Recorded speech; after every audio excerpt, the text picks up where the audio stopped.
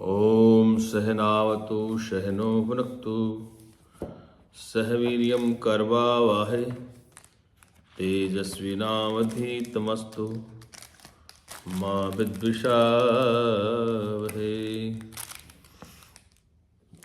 ओम शांति शांति शांति। प्रियात्मन, प्रातःकाल की इस सत्संग सभा में फिर हम आज चर्चा कर रहे हैं मुंडकोपनिषद पर। उपनिषद थोड़ा बड़ा है, तो कल का जो प्रसंग था उसके तत्पश्चात अगला श्लोक आया है कि ब्रह्म का सर्व प्रकाशत्व कैसा है। ब्रह्म का सर्व प्रकाश तो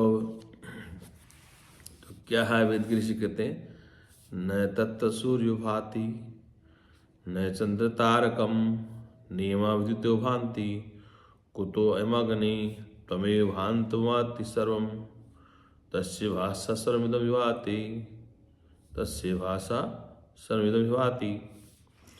अब यहाँ इसी बात को श्रीमद् भगवद गीता में कहा है, न तदभास्ते सूर्यो न शशंको न पावकै यद्गत्वा न निवर्तते तद्धाम परमम्।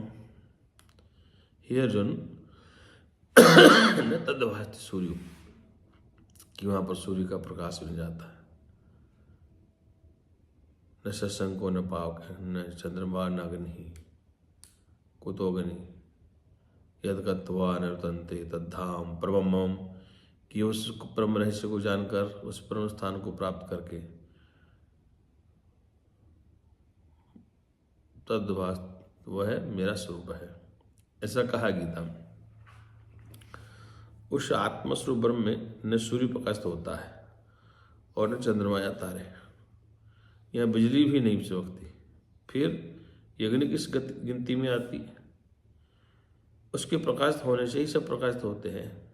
मतलब उस आत्मस्वरूप ब्रह्म के प्रकाशित होने से ही सब में प्रकाश होता है, सब प्रकाशित होते हैं। और ये सब कुछ उसी के प्रकाश से प्रकाशमान है। और जितना जो दिख रहा है, तारे चांद तारे अगर सब उसी के प्रकाश से प्रकाशित है।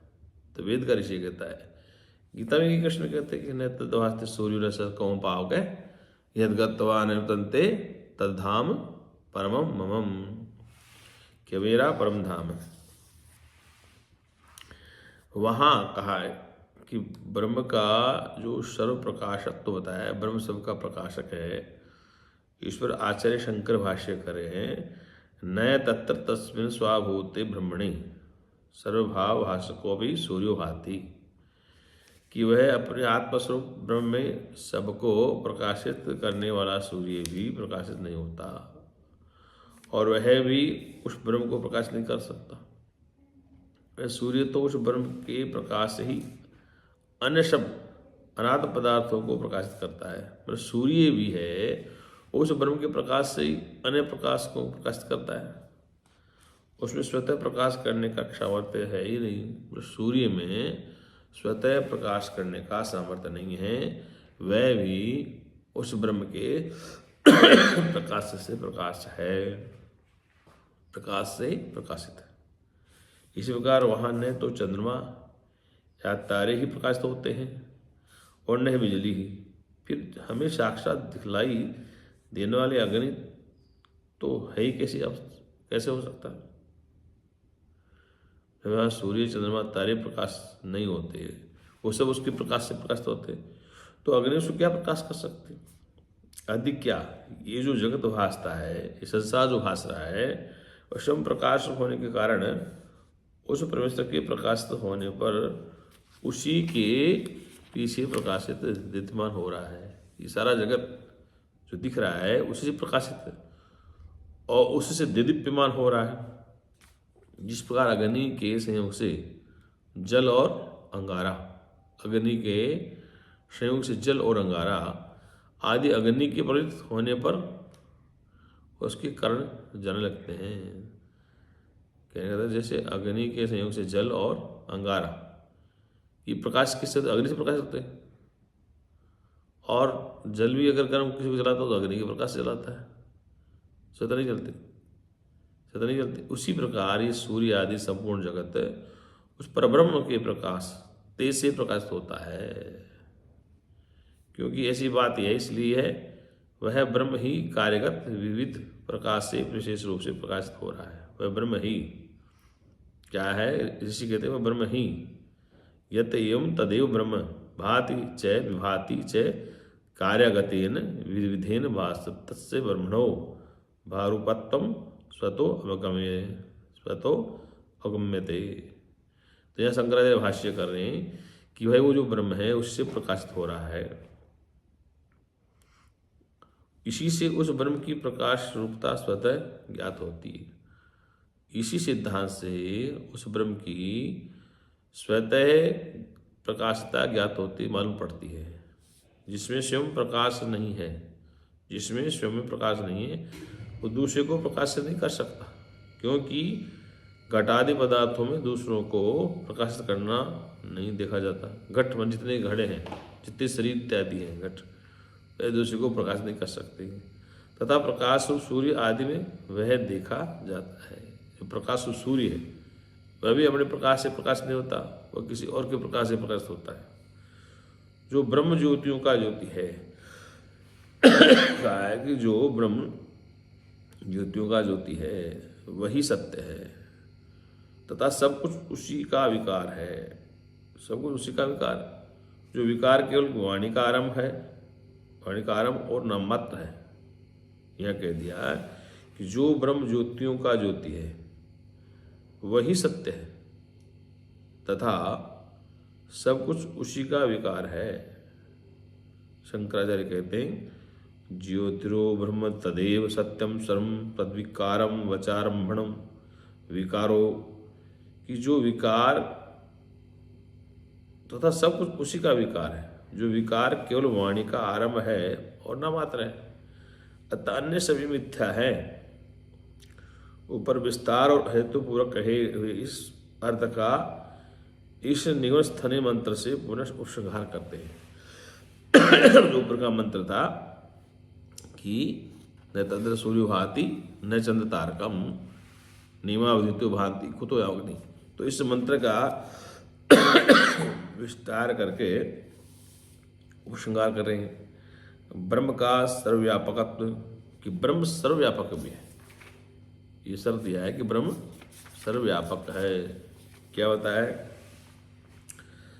ब्रह्म वेदम अमृतम पुस्ताद ब्रह्म पश्चाद ब्रह्म दक्षिणेत उत्तरेण अधश्चोर च प्रस्तम ब्रह्म वेदम विश्वमिदम वरिष्ठम। ये वेद का ऋषि कहता है भाई वो ब्रह्म है, अमृत है, वह अमृत ब्रह्म ही आगे है, ब्रह्म ही पीछे है, ब्रह्म ही दाईं और बाईं ओर है, तब ब्रह्म ही नीचे ऊपर फैला हुआ है। ये सारा जगत सर्वश्रेष्ठ ब्रह्म ही है। स्पष्ट कह दिया। क्या कह दिया, ब्रह्म वेदम विश्वविदम वरिष्ठम। तो वेद का ऋषि कहते हैं, अंगिरा ऋषि कह रहे हैं ब्रह्म वेदमृतम, वो ब्रह्म अमृत है, अतः अमृत जिसकी मृत्यु नहीं होती, वो जन्म से रहित है। उस्ताद ब्रह्म पश्चादम, पूर्व में, ऊपर, बाएं दाएं, दक्षिण उत्तर सब जगह, मध्य में भी वही है। और लास्ट में कह दिया सर्वव्यापक के अंदर ब्रह्म वेदम विश्वविदम वरिष्ठम, कि विश्व है वो सारा जगत सर्वश्रेष्ठ ब्रह्म ही है, ऐसा कह दिया। यहाँ पे शंकराचार्य भाष्य कर रहे हैं, वो कह रहे हैं कि ये जो अविद्यामय दृष्टि वालों को सामने दिखाई दे रहा है, अविद्यामय दृष्टि मतलब अज्ञान लोगों को जो सामने दिखाई दे रहा है, बस उपयुक्त लक्षण वाला ब्रह्म ही है। अविद्या से अज्ञानियों को जो जैसा जगत दिखाई दे रहा है, तो आचार्य शंकर कह रहे हैं कि ये उपयुक्त लक्षणों वाला ब्रह्म ही है। इसी प्रकार पीछे भी ब्रह्म है, दाएं और बाएं भी, और भी ब्रह्म है, तथा नीचे ऊपर सभी और कार्य रूप से भी नाम रूप विशिष्ट होकर फैला हुआ ब्रह्म ही अन्य पदार्थों के समान भास रहा है। अधिक क्या, ये विश्व अर्थात सारा जगत श्रेष्ठतम ब्रह्म ही है। ये संपूर्ण ब्रह्म रूपा प्रतीति रज्जु में सर्प प्रतीति के समान अविद्या मात्र ही है। ये सारा संसार जिस रस्सी में सर्प दिखता है ऐसे अविद्या मात्र से है। एकमात्र ब्रह्म ही परमार्थ सत्य है। यही वेद का उपदेश है। ब्रह्म एकम परमार्थ सत्यमिति वेदानुशासनम, कि वेद के आदेश हैं कि ब्रह्म ही सत्य है। अब आपको हम बताते हैं, तृतीय मुंडक में प्रथम खंड है प्रकारांतर से ब्रह्म निरूपण। कहने का कार्य है कि समान वृक्ष पर रहने वाले दो पक्षी क्या है कि द्वा सुपर्णा सयुजा सखाया समान वृक्षम परिशस्वा जाते तदरो अन्य पिपलम स्वादत्य नसन्नो अभिचाकृषिते। यहाँ पर बताया है कि भाई साथ साथ रहने वाले तथा समान आख्यान वाले दो पक्षी एक ही वृक्ष का आश्रय करके रहते हैं। समान साथ साथ रहने वाले तथा समान आख्यान वाले दो पक्षी एक ही वृक्ष का आश्रय करके रहते हैं। उनमें एक तो स्वादिष्ट मधुर पीपल कर्मफल का भोग करता है और दूसरा भोग न करके केवल देखता रहता है। तो वेद का ऋषि कहते हैं कि द्वा सुपर्णा सयुजा सकाया। अब यहां बताया कि द्वा दो सुपर्णा सुपर्णो, ये शंकराचार्य भाष्य कर रहे हैं कि द्वा दो सुपर्णा सुपर्णो शोभन पत्तनो सुपर्णो पक्षी सामान्यतार सुपर्णो सयुजा सयुजो सहैव सर्वदा युक्तो सखाया सकयो। ये आचार्य शंकर भाष्य कर रहे हैं वेद मंत्र का। और इसकी हिंदी व्याख्या जीव और ईश्वर, जीव और ईश्वर दो सुपर्णा सुंदर पर्ण वाले अर्थात निम्न नियामक भावी प्रातिरूप। जीव और ईश्वर दो सुपर्णा सुंदर पर्ण वाले अर्थात नियम में नियामक अभाव की प्राप्ति रूप शोभन पतन वाले अतः पक्षियों के समान वृक्ष पर निवास तथा फलभोग करने वाले होने से सुपर्ण पक्षी तथा सयुज सर्वदा साथ साथ ही रहने वाले और सखा यानी समान आख्यान वाले अर्थात जिनकी अभिव्यक्ति का कारण समान है, ऐसे दो सुपर्ण समान सामान्य रूप से दोनों की उपलब्धि का कारण होने से एक ही वृक्ष के समान उच्छेद में समानता होने के कारण शरीर रूप वृक्ष पर आलिंगन किए हुए हैं। मतलब जीव और ईश्वर इस शरीर रूपी वृक्ष पर ही आलिंगन किए हुए हैं अर्थात फल भोग के लिए पक्षियों के समान एक ही वृक्ष पर निवास करते हैं। वृक्ष कौन सा शरीर रूपी वृक्ष है? वृक्ष है शरीर रूपी वृक्ष, पेड़ है। ये शरीर रूपी पेड़ है, इस पर जीव और ईश्वर दो रूप के पक्षी रहते हैं, दो रूप वाले पक्षी रहते हैं। अव्यक्त रूप मूल से उत्पन्न हुआ संपूर्ण प्राणियों की कर्मफल का आश्रयभूत। अव्यक्त रूप से, अव्यक्त रूप मूल से उत्पन्न हुआ संपूर्ण प्राणियों के कर्मफल का आश्रयभूत ये क्षेत्र संज्ञक अश्वत्थ वृक्ष, मतलब है कि ये ऊपर को मूल और नीचे की ओर शाखा वाला है। यहाँ पर कहा है सरकार भाष्य में ईश्वर सर्वज्ञ होने के कारण नियामक है, कंट्रोलर है, नियम बनाने वाला है तथा जीव अल्पज्ञ होने से निम्न में है, वो नियम में रहने वाला। किसके? ईश्वर के अधीन। इसलिए उनमें नियम में नियामक भाव की प्राप्ति उचित ही है। ये कंट्रोलर एक कंट्रोल के अंदर रहता है। अब यहाँ कहा है कि अश्वत्थ वृक्ष ऊपर को मूल और नीचे की ओर शाखाओं वाला है। ये वृक्ष कैसा है? ऊपर को मूल है और नीचे शाखा है। उस वृक्ष पर अविद्या, काम, कर्म और वासना के आश्रयभूत लिंग देह रूप उपाधि वाले जीव और ईश्वर दो पक्षियों के समान आलिंगन किए निवास करते हैं। यहाँ पर भाष्य में कहा है कि ऊपर को जो ऊपर को मूल है, मूल का है ऊपर को, और नीचे की ओर क्या है, शाखाएं। उस वृक्ष पर अविद्या, काम, कर्म और वासना के आश्रयभूत लिंग देह रूप उपाधि वाले जीव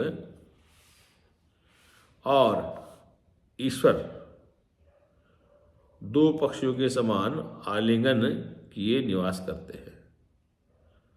इस प्रकार आलिंगन करके रहने वाले उन दोनों में से एक लिंगोपाधिक रूप वृक्ष को आश्रित करने वाला क्षेत्रज्ञ पीपल यानी अपने कर्म से प्राप्त होने वाला सुख दुख रूप फल, जो अनेक प्रकार से विचित्र अनुभव रूप स्वाद के कारण स्वादु है, खाता भक्षण करता यानी अविवश भोगता है। एक पक्षी जो जीवा रूपी पक्षी, किंतु अन्य दूसरा जो नित्य शुद्ध बुद्ध मुक्त स्वरूप सर्वज्ञ मायोपाधिक ईश्वर है, माया के उपाधिक ईश्वर है, उसे ग्रहण न करता हुआ नहीं भोगता है, उसे ग्रहण न करता हुआ नहीं भोगता है। यह जो साक्षित्व रूप सत्ता मात्र से भोक्ता और भोग्य, भोक्ता और भोग्य दोनों का प्रेरक ही, अतः वह दूसरा तो फल भोग न करके केवल दिखता ही है, उसका प्रेरक तो राजा के समान केवल दर्शन मात्र है। यहाँ पर कह दिया भाष्य में, भाई जो शरीर रूपी जो वृक्ष है, पीपल का वृक्ष है, इस शरीर रूपी पीपल वृक्ष के ऊपर की ओर मूल और नीचे की ओर शाखा है। ऊपर तो मूल है इसमें और नीचे शाखा है। उस वृक्ष पर अविद्या मूल, ऊपर क्या है, इस गदे से ऊपर नासिका जिह्वा कारण इंद्रिया, ये ऊपर मूल है और नीचे की ओर शाखाएं हैं। उस वृक्ष पर अविद्या, काम, कर्म और वासना आश्रयभूत लिंग देह उन्हें सूक्ष्म शरीर उपाधि वाले जीव और ईश्वर दो पक्षियों के समान आलिंगन के निवास करते हैं। इस शरीर में आलिंगन का देश में निवास करते हैं। इस प्रकार आलिंगन करने वाले इन दोनों पक्षियों में एक तो लिंगोपाधिक रूप वृक्ष को आश्रित करने वाला क्षेत्र के पीपल यानी अपने कर्म से प्राप्त होने वाले सुख दुख फल को भोगता है, विचित्र अनुभव स्वाद लेता है, और जो दूसरा है क्योंकि वो जीव अविद्या में है, विवश भोगता है, खाता है, भक्षण करता है, किंतु अन्य दूसरा जो नित्य शुद्ध बुद्ध मुक्त स्वरूप सर्वज्ञ मायोपाधिक माया के उपाधि ईश्वर है, उसे ग्रहण न करता हुआ नहीं भोगता हुआ, ये तो साक्षित रूप सत्ता मात्र से भोगता और भोग्य दोनों का प्रेरक ही है। अतः वह दूसरा तो फल भोग न करके केवल देखता ही है, दृष्टा मात्र है, उसका प्रेरक तो राजा के समान केवल दर्शन मात्र ही है। वो सच्चिदानंद भगवान की ही जय है।